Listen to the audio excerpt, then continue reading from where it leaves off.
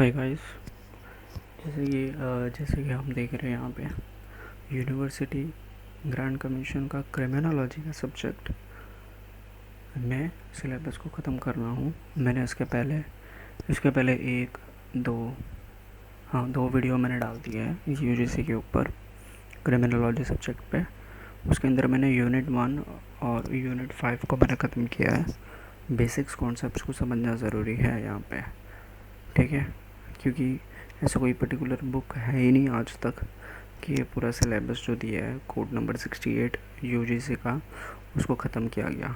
ठीक है, तो हम क्योंकि एट द एंड अगर देखा जाए तो अगर आप पूरा क्रिमिनोलॉजी का ये सब एक एक करके आप सब भी पढ़ोगे ना, क्राइम एज ए लीगल जैसा लिखा हुआ है तो उसका पूरा पढ़ोगे तो एक टाइम पे भूल जाओगे। तो उसके लिए हमें बेसिक कॉन्सेप्ट ज़्यादा पता होना चाहिए क्योंकि एमसीक्यू में उसी से आता है। तो मैंने यूनिट 1 और यूनिट 5 को ख़त्म किया था, जैसे ये यूनिट 1 हो गया और ये यूनिट 5, ठीक है। वो वीडियो आप देख लेना। अभी मैं आज यूनिट 2 पे चलते हैं, ठीक है। तो फिर ये यूनिट 2 यहाँ पे अगर हम देखेंगे, पहले बात तो क्रिमिनोलॉजी का मतलब आपको मालूम है। क्रिमिनोलॉजी का स्टडी क्यों होता है, क्रिमिनोलॉजी के बिहेवियर को पढ़ना, वो क्यों वायलेट कर रहा है, कैसे हम प्रिवेंट करेंगे वो क्राइम होने से, ठीक है। ये क्रिमिनोलॉजी का मतलब है, ठीक है। जैसे एक साइंटिफिक स्टडी ऑफ साइंस है, scientific study of scientific science of a behaviour of a human being which ever person violets the law. Criminology में क्या क्या देखा जाता है, जैसे कि क्रिमिनोलॉजी के स्कोप बहुत है अलग अलग फील्ड में, ठीक है।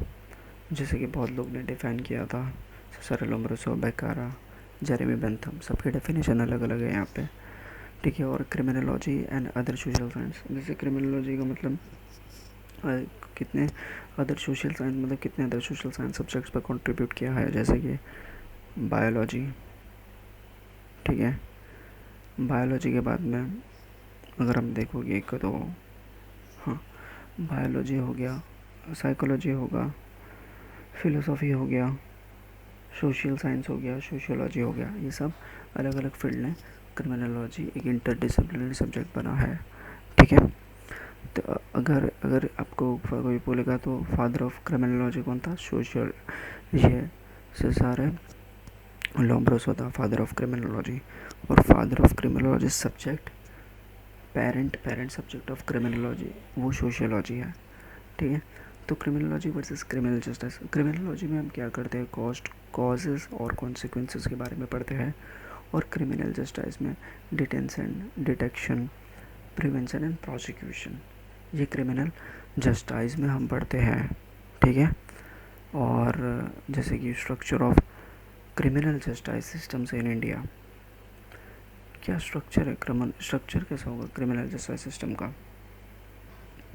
जैसे कि हम देखेंगे कैसे होता है कि पहले सबसे पहले फर्स्ट पे आता है लेजिस्लेचर के बाद में जुडिशरी आता है, जुडिशरी सिस्टम के बाद में एनफोर्समेंट सिस्टम, एनफोर्समेंट के बाद में प्रिजन के साथ में नॉर्मल सिटीजन, ठीक है, ऐसा होता है।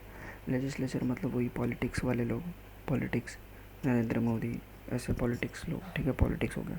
और जुडिशरी मतलब चीफ जज, justice, high court, legal lawyer, ये सब जुडिशरी में आ गया। लॉ इन्फोर्समेंट में defence system plus internal security, ठीक है, पुलिस, सीआरपीएफ, सीआईएसएफ, आईटीबी, ठीक है, आरएएफ, ये सब इसमें आ गया, ठीक है। और आगे आपको देखना है इसके अंदर ये एक स्ट्रक्चर है। फिर बाद में participation of victim and witness in a criminal justice process, मतलब कितने उसका participation of victim and criminal justice process. हाँ, यहाँ पे भी देखना coordination among criminal justice systems, कैसे कोऑर्डिनेट करते हैं एक दूसरे से। पहले जैसे कि ये एक फ्रेमवर्क बनाते हैं जुरिडिक्शन में, फिर उसके बाद एविडेंस को रिकॉर्ड किया जाता है, रिकॉर्ड करने के बाद उस पर डिबेट किया जाता है और एक फाइनल आर्ग्यूमेंट किया जाता है और जजमेंट लिया जाता है। ऐसे कोऑर्डिनेशन होता है जस्टिस सिस्टम में अलग अलग ब्यूरोक्रेट्स के थ्रू, ठीक है। और participant of victim and witness in the criminal justice process, मतलब विक्टिम और विटनेस का क्रिमिनल जस्टिस प्रोसेस में कितने पार्टिसिपेशन है, ठीक है, लोगों का पार्टिसिपेशन बनता है पूरे क्रिमिनल जस्टिस प्रोसेस में। अब यहाँ पे देखना है प्रिवेंशन। क्राइम प्रिवेंशन मतलब क्या, कैसे हम प्रिवेंट करें कोई भी क्राइम को सोसाइटी के अंदर या कहीं भी। तो यहाँ पे नेबरहुड इन्वॉल्वमेंट, मतलब नेबरहुड पर कितना इन्वॉल्वमेंट, हमें नेबरहुड का प्रोग्राम करवाना पड़ेगा। जैसे कि अगर हम देखते हैं ना, सोसाइटी में कुछ हो जाता है तो फिर सबसे पहले पुलिस लोग भाग के कहाँ पे जाते हैं, नेबरहुड के घर पे। नेबरहुड को पूछते हैं कि ये इस फैमिली वाले कैसे थे, ऐसे। तो यहाँ पे नेबरहुड का इन्वॉल्वमेंट भी यहाँ पे होता है प्रिवेंशन के थ्रू। तो जैसे कि एक नेबरहुड प्रोग्राम सोशल वर्कर करवाते हैं, जैसे एक दूसरे को समझना पड़ता है उसके घर पे कितना प्रॉपर्टी का क्या है सब मालूम करना पड़ता है। और ऑब्वियसली अगर ये प्रोग्राम नहीं भी कराएंगे तो भी हमें सामने वाले के एरिया में पता चल जाता है कि इसके घर पे क्या क्या है, ये बिल्डिंग में क्या क्या है, BMW कार है, मर्सिडीज़ कार है, जो भी। ठीक है, तो नेबरहुड इन्वॉल्वमेंट में आ जाएगा क्राइम प्रिवेंशन में। फिर सिचुएशनल क्राइम प्रिवेंशन। सिचुएशनल मतलब जैसे ये कैसा है, सिचुएशन हमें क्रिएट करना है। जैसे कि आप देखोगे कोई जगह पे बोर्ड लिखा रहता है क्रिमिनल ट्रेसपास, डेंजर, कॉशन, तो इसे एक सिचुएशन बनाया जाता है। वो सिचुएशन होता नहीं है एक्चुअली में, उसको बोर्ड लगा के उसको बनाया जाता है। ठीक है, तो क्राइम प्रिवेंशन तो एनवायरमेंटल डिज़ाइन और इलेक्ट्रॉनिक मॉनिटरिंग। इलेक्ट्रॉनिक मॉनिटरिंग में यहाँ पे कैसे टैगिंग सिस्टम है, आपको सिर्फ ध्यान में रखना है टैगिंग सिस्टम। अगर आप प्रिजन में जाओगे, हाई लेवल स्पेशल प्रिजन में, उसमें पे टैग लगाया जाता है। USA में आप गूगल पे सर्च मारोगे आपको मालूम पड़ जाएगा कि ये इलेक्ट्रॉनिक मॉनिटरिंग टैगिंग सिस्टम क्या होता है। हमें ये क्रिमिनल के ऊपर टैग लगाया जाता है, उस हिसाब से उसको मॉनिटर किया जाता है। ठीक है, crime prevention through environmental design. Environmental design जैसे कि यहाँ पे देखना है पब्लिक रोड्स ट्रांसपोर्ट। यहाँ पे जहाँ पे लाइट अगर कम रहेगा तो वहाँ पे पुअर लाइटिंग रहेगा, तो वहाँ पे क्राइम होने के चांसेस ज़्यादा है। तो हमें एनवायरनमेंट को ऐसे डिज़ाइन करना है हर जगह लाइट रहे रात के टाइम पे, तो क्राइम ना हो। ठीक है, अभी हम चलते हैं यूनिट 3 में।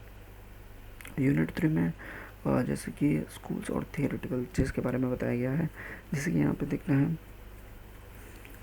कैसे स्कूल्स ऑफ क्रिमिनोलॉजी। यहाँ पे डिफरेंट स्कूल है, जैसे कि demonology, classical, new classical, positive school.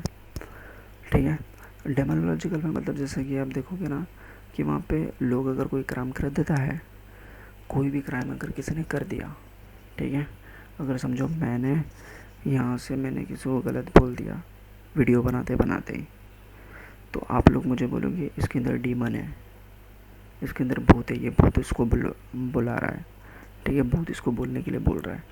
तो डिमोनोलॉजी में ऐसा होता था कि लोग, जो भी इंसान गलत कुछ करता था या बोलता था किसी के ऊपर, तो वो लोग सोचते थे कि ये भूत करवा रहा है, इससे गोश्त करवा रहा है। ठीक है, ये वो टाइम पे थिंकिंग थी अराउंड 16 17 सेंचुरी के टाइम पे। फिर 17 सेंचुरी के बाद में क्लासिकल स्कूल आया, फिर न्यू स्कूल आया, पॉजिटिविस्ट और positive cartographic school, biological, constitutional school. Classical schools में जैसे कि आप देखोगे यहाँ पे कैसे क्लासिकल स्कूल में एक बात ध्यान में रखना है, कैसे पनिशमेंट को फिट करना है क्राइम के अंदर, तो ये बात ध्यान रखना है। और नियो में मतलब ये क्लासिकल में फ्री विल जो दिया था ना, वो नियो में उसको नियो क्लासिकल में रिजेक्ट कर दिया। पॉजिटिव स्कूल में रिफॉर्मेशन। अभी यहाँ एक और चीज़ बताता हूँ, क्लासिकल स्कूल में कौन मेन है, सेसारे बेकारा और जेरेमी बेंथम। ठीक है, और नियो क्लासिकल्स का इतना नहीं ध्यान देना। पॉजिटिव स्कूल में सबसे मेन कौन है, सेसारे लम्ब्रोसो। ठीक है, सेसारे लम्ब्रोसो पॉजिटिव स्कूल का है, जिसने बॉर्न क्रिमिनल थियरी निकाला। ठीक है, सेसारे लम्ब्रोसो। और यहाँ पे ध्यान देना है कार्टोग्राफिक स्कूल, बायोलॉजिकल और constitutional school. Biological constitutional school में जैसे कि विलियम शेल्डन है। कौन है विलियम शेल्डन ने अपनी बॉडी स्ट्रक्चर के बारे में बताया, एंडोमॉर्फ, एक्टोमॉर्फ, कैसे अलग अलग टाइप के बॉडी लोग कैसे क्राइम करते हैं, कैसे उन लोग का बिहेवियर होता है। ठीक है, तो फिर कैटोग्राफिक स्कूल में कैसा, यहाँ पे ठंडा है, वहाँ पे गर्म है, राजस्थान में क्राइम ज़्यादा होगा, नॉर्थ इंडिया में इसके लिए ज़्यादा क्राइम होता है क्योंकि वहाँ पे क्लाइमेट भी इम्पॉर्टेंट फैक्टर करता है। ठीक है, तो फिर उसके बाद में देखना है यहाँ पे multiple factor psycho analytic theories and psychopathic personality. ठीक है, साइको एनालिटिकल थियरी ना सिगमंड फ्रूड के यहाँ पे ध्यान रखना है। जो भी साइको रिलेटेड चीज़ आया तो आपको सबसे पहला नाम आपको दिमाग में याद रखना है, डॉक्टर सिगमंड फ्रूड। ठीक है, और फ्रेंड एडलर, ये दो चीज़ आपको नाम याद रखना है। ठीक है, तो फिर जैसे कि हम देखेंगे यहाँ पे social strain theories, anomie theory, culture, sub culture conflict. Anomie में सेलिन में ध्यान रखना है, सब कल्चर अपना थ्रेस्टोन आएगा, थ्रेस्टोन, ठीक है, थ्रेशर। तो ये सब जो सेलिन और थ्रेशर है ना, सब नाम है, वो लोग ने उसको सब डिफाइन किया है, ठीक है। सोशल स्ट्रेन थियरी और anomie theory. Social strain theory मतलब, एनोमी मतलब वो चीज़ नॉर्मलेस, नॉर्मलेस मतलब जैसे कि वहाँ पे कुछ नॉर्म्स ही नहीं, rules and norms, value and norms ही नहीं है। एनोमी थियरी को आप ऐसे भी याद रख सकते हो जैसे कि समझो कि मतलब सब मोरल लॉ वहाँ पे कुछ है ही नहीं, मोरल चीज़ नाम की चीज़ ही नहीं है, नॉर्मलेस है, ठीक है, ये ध्यान रखना है।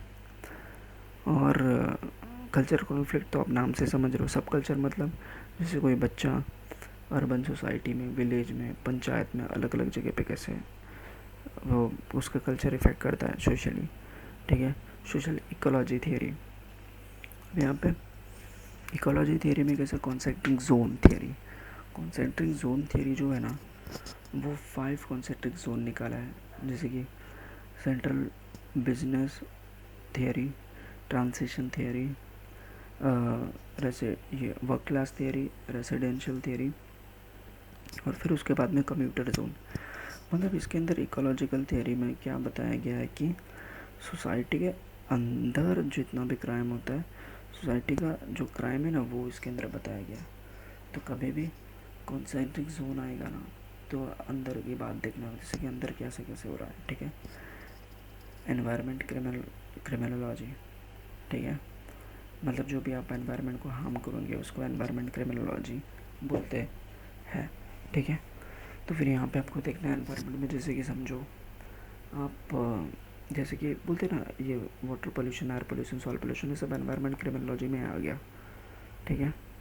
जो भी ऐसा कुछ जो ह्यूमन बीइंग किसी एनवायरनमेंट को हार्म कर रहा है तो एनवायरनमेंट क्रिमिनोलॉजी के अंदर आ जाएगा। सोशल डिसऑर्गेनाइजेशन थियरी, ठीक है। सोशल डिसऑर्गेनाइजेशन थियरी में ये नाम आपको याद रखना है यहाँ पे, उसका नाम जैसे कि सोशल डिसऑर्गेनाइजेशन है ना, तो सोशल डिसऑर्गेनाइजेशन थियरी